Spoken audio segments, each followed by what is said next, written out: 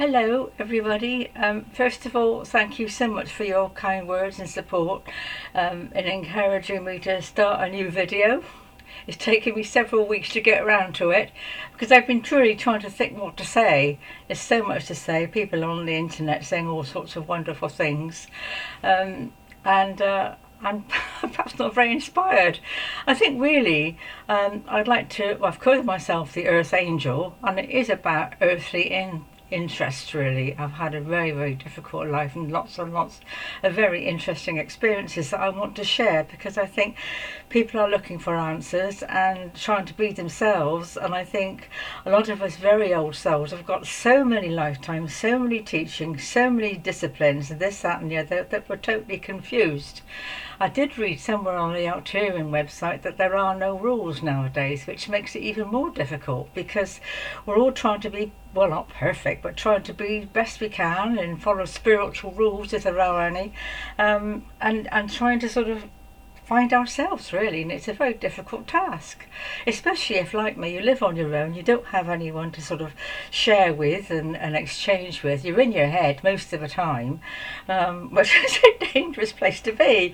However, at my age, and you can see I'm getting on, I've got lots of life experiences that I want to share, and I think basically I'm a storyteller. I'm a writer too. I've got 2 books under my belt, personal stories, and lots of personal stories, all about strange experiences, some of them fun and some of them not so fun. So it's kind of getting the balance right really, isn't it? And I think I'll start off with integrity, because it's something I've had to really learn, and it's the hardest thing to learn because life is so difficult that we all often choose the easy way out. And I think to stand in one's truth and have integrity is one of the most difficult things to do. So the little story I'm going to tell you is about an experience I had today in the market square, which is triggered off by doing this video. It's a very small place where I live, and there's a little market, and there's a little man that sells fish from a little van, and I've been seeing him for quite some time.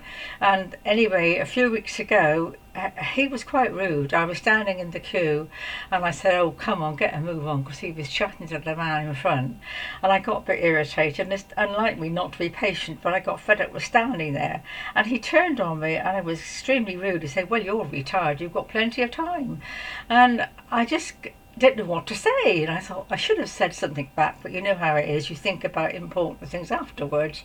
And so I came home and I'm thinking, I don't want to see that man again. And it seems to be the whole of my life has been like this, having to face up these very difficult people and challenges, and pulling away, set boundaries and say, hang on a minute, I don't need this. And unfortunately he's the only fisherman in town, and I can't now get what I like to have to eat, that is my fish.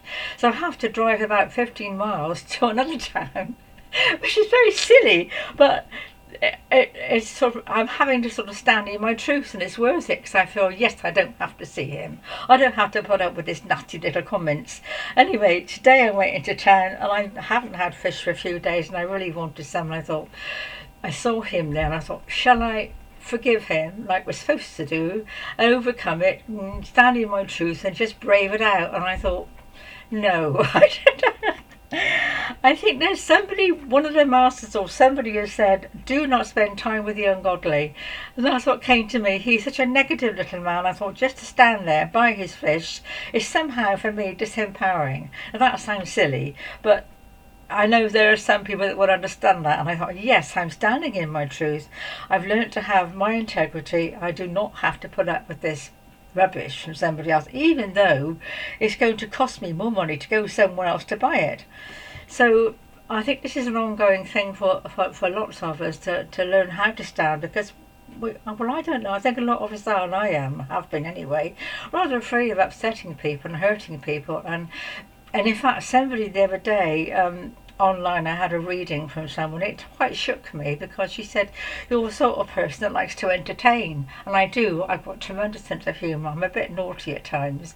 And I, well, even complete strangers, everyone's laughing.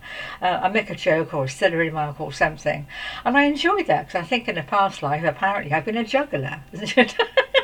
and on the stage, and I still love that. I'm very good at talking on stage. I'm very good at handing forth. But of course, I come home and have a cry because I'm still very lonely. So it's probably my way of communication. But the lady that gave the reading, she actually surprised me. Said, "It's wearing you out. You don't have to do this to make people to like you. You don't have to, make people laugh and entertain the troops, sort of thing. Even though I quite enjoy it, I'm not a well person, and it is quite exhausting.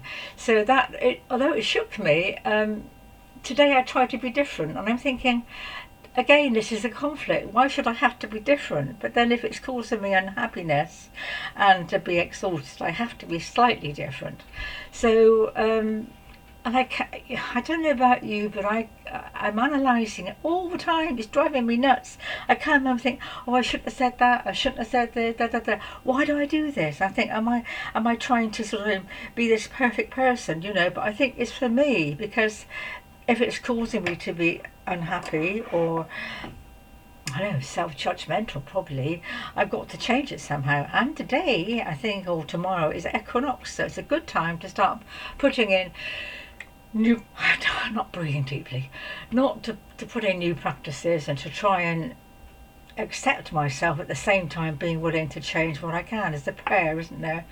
God help me to change those things I can change, to accept those things I can't, and the wisdom to know the difference. So I think perhaps on that note, I'm not breathing deeply. I'm nervous and I'm not breathing deeply. It's one of my habits. Well, the story is, I didn't get here till I was 6. And I'm walking. I expect some of you have heard of walk-ins, that the soul that's already in this body that's been born leaves and another soul comes in. I may tell that story another day, but I don't think didn't draw a first breath. I was under anaesthetic, so this is one of my challenges at the right moment now, to breathe out. I'm lucky where I live.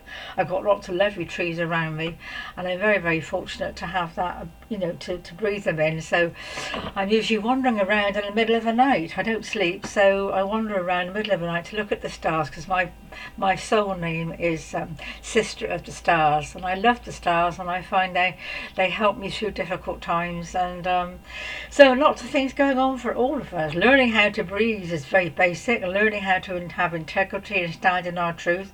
As somebody once said to me, how do you know what your truth is?